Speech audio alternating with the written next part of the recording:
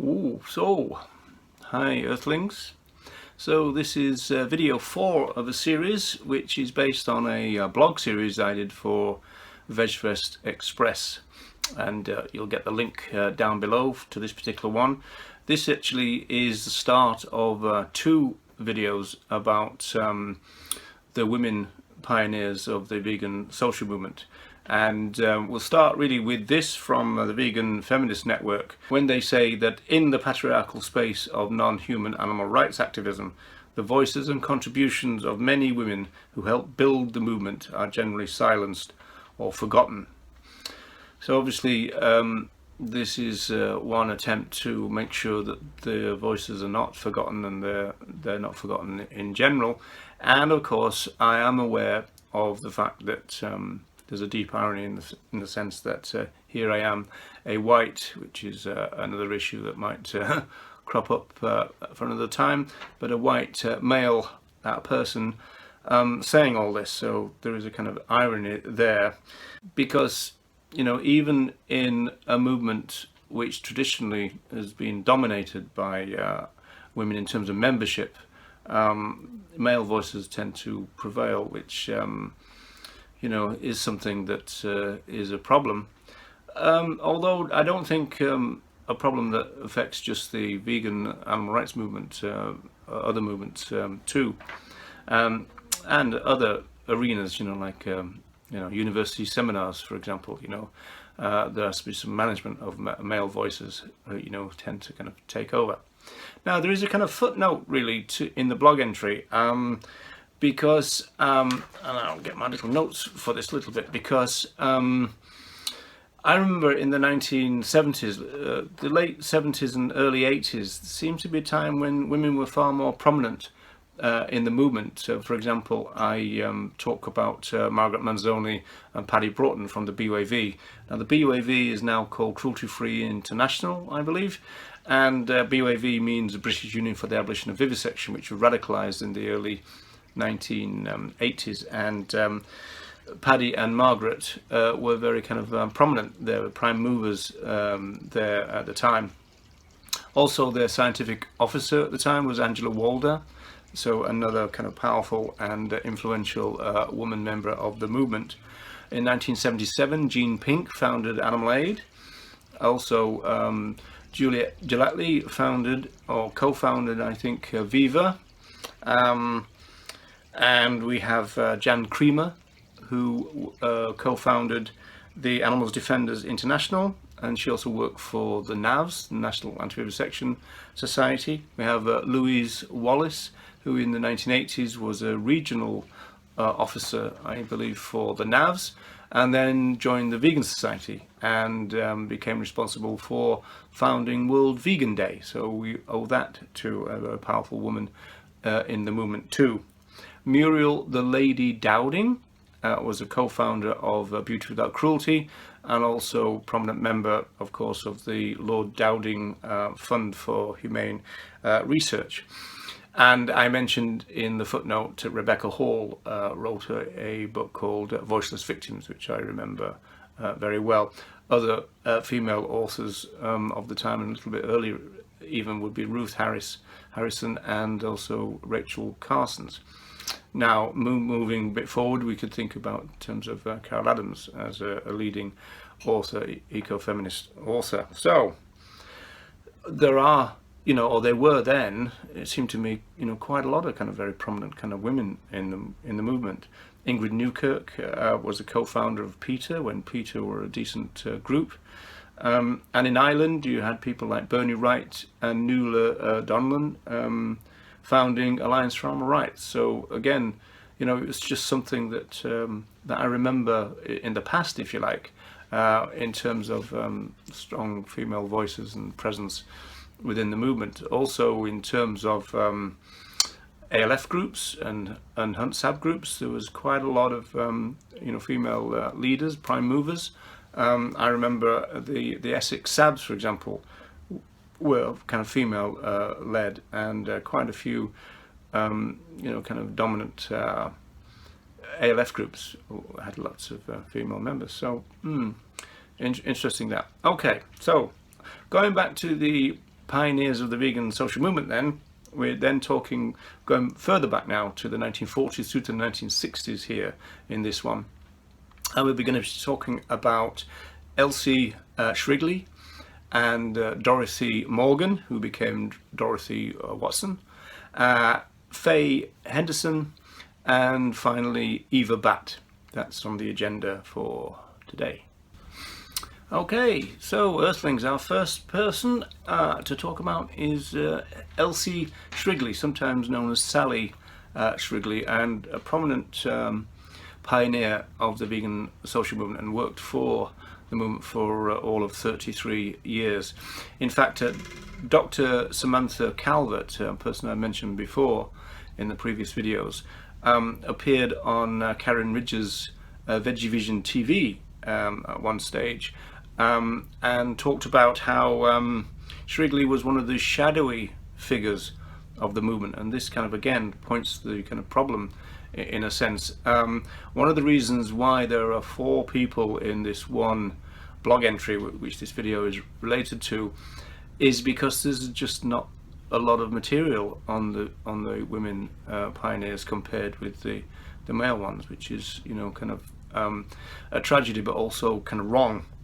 In 1944, in August, Shrigley was part of the move to try to get a non-dairy section of the Vegetarian Society, along with Dorothy Watson. She was active doing all that.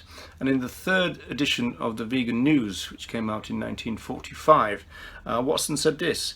He was talking about the formation of a temporary committee of the Vegan Society, and the committee held a meeting a month before that, and their job at the time was to expand their concerns beyond just the so-called milk issue, which was prominent in those days.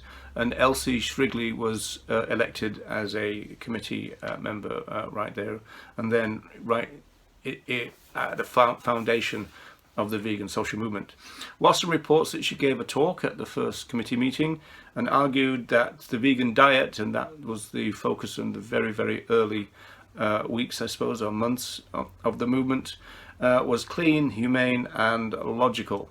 And this is before, of course, the movement kind of evolved into what I now regard as a justice for all kind of movement based on, you know, vegan philosophy. Anyway, 1946, Shrigley was announced as the movement's press and minutes secretary. So the press bit sounds quite prestigious, the minutes bit not so, I suppose. By 1947, Shrigley began a series of reports of food investigations, it was called, and that was reported in the Vegan magazine. And at one point she concentrated very heavily on things like chocolate, sweets and biscuits. And I kind of commented in the blog entry that she obviously knew what made vegans tick even back then. But again, seriously, I noted that we're still talking about the kind of immediate post-war period. You know, we are dealing with the vegan movement, the peace movement that declared itself during a global conflict. And you know, what was regarded as sweet stuff in those days was quite rare. But it is quite interesting to note that there was quite a lot of chocolates available for vegans even as far back as the late 1940s, which is quite an interesting thing, and probably something that people wouldn't kind of initially believe to be true.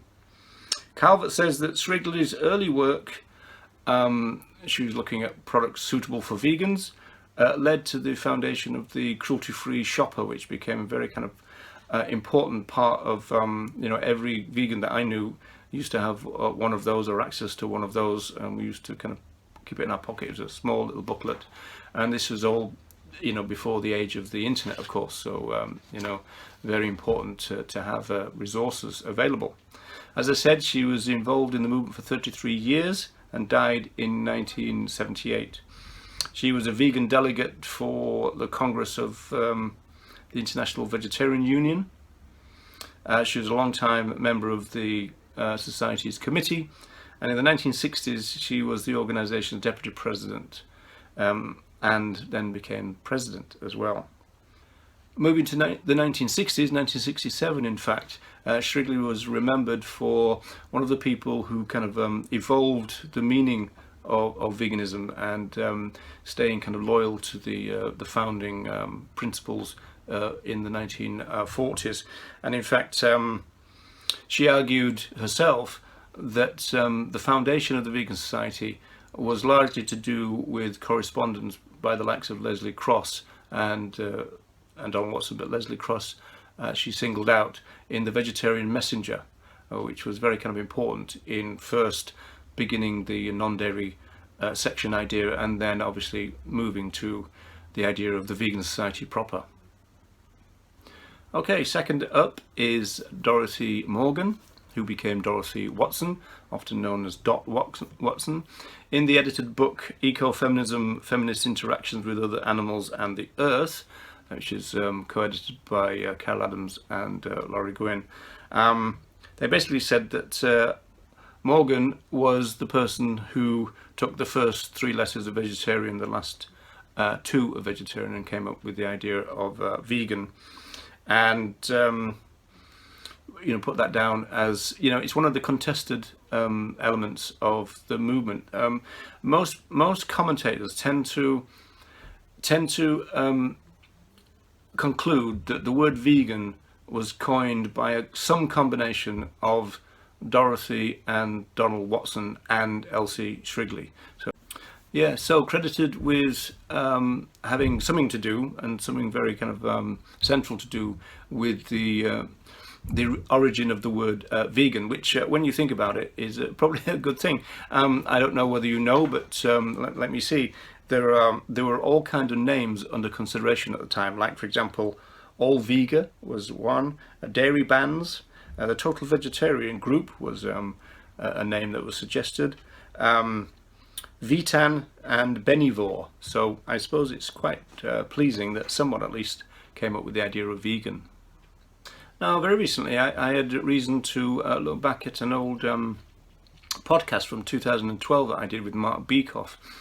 We were talking together about things like other animals having things like funeral rituals and things like that, based on something that happened to me and some research and experiences that Mark had. And that coincides with something that I wrote in the blog entry about Dot Watson, where they were one of the first people to kind of get a conservatory type thing at the back of their house, and they noticed that a bird had crashed into the window pane. And of course, I suppose birds in those days were much less kind of used to large buildings made entirely of glass, and so they found what they called a barely alive female blackbird. One eye was hanging out, and the bird was, generally speaking, in a pretty kind of bad way. And so they kind of gave, or at least made available some food and water and usual thing, and made her as comfortable as possible, and expected her to be dead in the morning. And to their surprise, during the night, the eye had popped back in some way, and the bird seemed to have made quite a recovery, and so was duly released. And Dorothy Watson reported to Donald that while she was hanging out some washing, a blackbird came and kind of did a kind of what she described as some kind of flying bow, and which she took to be a thank you from the bird that they had helped to recover. So that's interesting. As I said, there's not a great deal about Dorothy Watson. Obviously her husband is much more famous in the movement. I had a great deal of difficulty actually finding material on Dorothy Watson, which is a real shame. So thirdly, we move on to Fay Henderson. Now, she's much more visible in the movement than Dorothy Watson is. And, well, for example, she wrote a lot of literature for the Vegan Society. She served as the vice president as well, and also toured Britain and Ireland, giving lectures and also food demonstrations. That's one of the kind of general issues about the women pioneers, in the sense that they did end up doing kind of food demonstrations and writing books about food and vegan friendly items, that kind of thing. So in some senses, you know, probably since we talk about the 1940s and 50s, that's kind of was inevitable, I suppose, if regrettable from a kind of a feminist kind of point of view. Anyway, sociologist Matthew Cole, who does a lot of writing about the vegan movement, he suggests that Henderson was responsible for pioneering what he calls the consciousness-raising model for vegan activism. And that basically means being very kind of proactive and being an activist, really, but activism based on education. And indeed, Fay Henderson herself writes this: "It is our duty to recognise the obligation we owe to these creatures and to understand all that is involved in the consumption and use of their live and dead products. Only thus shall we be properly equipped to decide our own attitude to the question and to explain the case to others who may be interested but who have not given the matter serious thought." So by the time we get to winter 1948 of The Vegan, we have Henderson writing a piece called "You Have Been Warned." Now, she was responding to UN report by the UN Food and Agriculture Organization on food problems, food issues, if you like. And that can be summarized by a ominous line within the report, which is, "The whole human race is rumbling to destruction," which for 1948 must have been one of the early kind of warnings about issues related to food, I suppose. She was talking about food security in The Vegan. She was talking about how we transfer from food to feed, you know, that kind of issue of we prefer to create feed for so-called livestock rather than food for human beings, that kind of thing. And one significant thing that she said during this 48 article was, she said, "The solution to this problem lies in the homes of the people, as in the organisation of governments." And I kind of pointed out in the blog entry that perhaps you know, the likes of XR need to kind of rapidly latch on to that idea that, you know, individual choices and actions can be very powerful, as well as kind of lobbying for structural change through governments and legislation, that kind of thing. And finally, Kay Henderson focused on something that several of the vegan pioneers were interested in, which was the quality of the soil. You know, this is something that was a kind of feature of those early days of vegan kind of pioneering, if you like. I tend to mention in my talks that this issue came back into the movement in the 1980s with John Robbins' fairly kind of well-known book, which is called A Diet for a New America. What Henderson said was this: that food needs to be grown in healthy, naturally balanced soil. You know, so the issue of soil, the quality of soil, and the issue of topsoil was very much in the mind of some of the vegan pioneers. So finally and fourthly, we move on to Eva Batt. And Eva Batt is responsible for one of the most powerful statements about veganism, which we'll come on to. In the meantime, she was also someone who took a large interest in soil, and she talked about the correct use of soil and the long-term use of land kind of in general. Batt was also interested in kind of generations of vegans, and she felt that the early generation had a responsibility, as it were, to the vegans who would follow them. In fact, just, you know, humans who would follow them in terms of, as it were, leaving a kind of viable world for them, essentially. More generally, she talked about releasing humanity from what was called in those days animal husbandry. And she said that if we were to liberate ourselves from that, then Britain as a country would be a net exporter of foodstuffs rather than being reliant on imports as well. And she wrote this, for example: "Think what this could mean to the underdeveloped peoples of the world, and what contribution it would make towards world peace." Again, interesting that peace was very much on the mind of the vegan pioneers of the day, because, as I've said several times now, they did declare peace during the Second World War.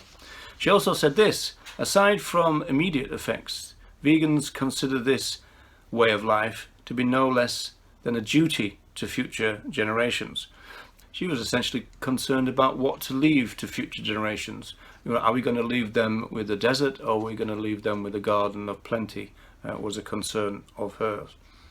And then in 1964, she produced a great pamphlet which is called Why Veganism, which contains this amazing quote: "Veganism is one thing and one thing only, a way of living which avoids exploitation, whether it be of our fellow men, the animal population, or the soil upon which we rely for our very existence." So again, a warning that people obviously are a product of their time, and so the kind of sexist language of the time was just a grammatical norm, and so she talked about men meaning humanity. I've always regarded that as one of the most powerful statements of vegan values that are out there for us as resources. A year later, in 1965, she wrote as the Honorary Secretary of the Vegan Society to the Minister of Agriculture, who were going through this kind of process. They were considering recommendations about food labelling regulations, that kind of thing. And she really comes up with some kind of really interesting ideas here. For example, the letter really was effectively a list of demands, and she was looking for a radical shake-up of the food industry. She argued, for example, that the word milk should be used in its technical sense, i.e. a term for an emulsified liquid, as in vegetable milk, or coconut milk, or latex milk, etc., etc. And that milk should not be used necessarily to denote cow's milk, and cow's milk only. So that's an interesting issue, because at the moment, the farming industries, the animal farming industries, are still trying to convince people that vegans shouldn't be able to use the word milk. Again, ignoring the issue of coconut milk, of course, as the most obvious example, but they want the word milk to be associated with the secretions from cows or calf food, baby food. The baby food that most non-vegans are addicted to for most of their life, anyway. She goes on to talk about butter, and she says butter likewise should be referred to as either nut butter or cow butter. Now that's an interesting one. As I said, I tend to use phrases like calf food, so cow butter, that's an interesting one, wouldn't it? She also said this about labelling: all food containing animal milk or cream, cow butter or cheese made from animal milk should clearly state this on the label. All food containing eggs, whether or not intensively produced, should be clearly marked. Now, I emphasized in the blog entry that she talked about intensively or not, and that's a really interesting thing, because a decade earlier Leslie Cross argued that veganism was not so much about welfare but about liberation, and this very much is in the line with that. So it doesn't really matter if you're talking about so-called free range, or you're talking about so-called battery chickens or battery eggs, etc., etc. It's all wrong, it's all a rights violation, and so therefore it should be equally kind of labelled in this context. Now, I suppose the fact that it's fairly hard to find a great deal of relevant material about the women pioneers of the vegan movement should really kind of concern us. It's an ongoing kind of problem. Especially when you think about some of the most prominent voices in the movement still now in the 21st century still end up being men.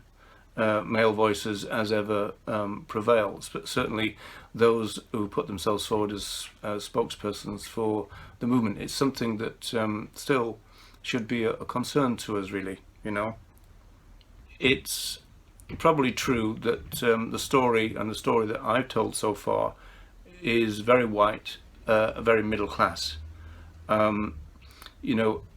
It is dependent on the fact that the people who founded our movement were those people, and so they held the values that they did. But even so, it is an interesting issue that we should probably be aware of.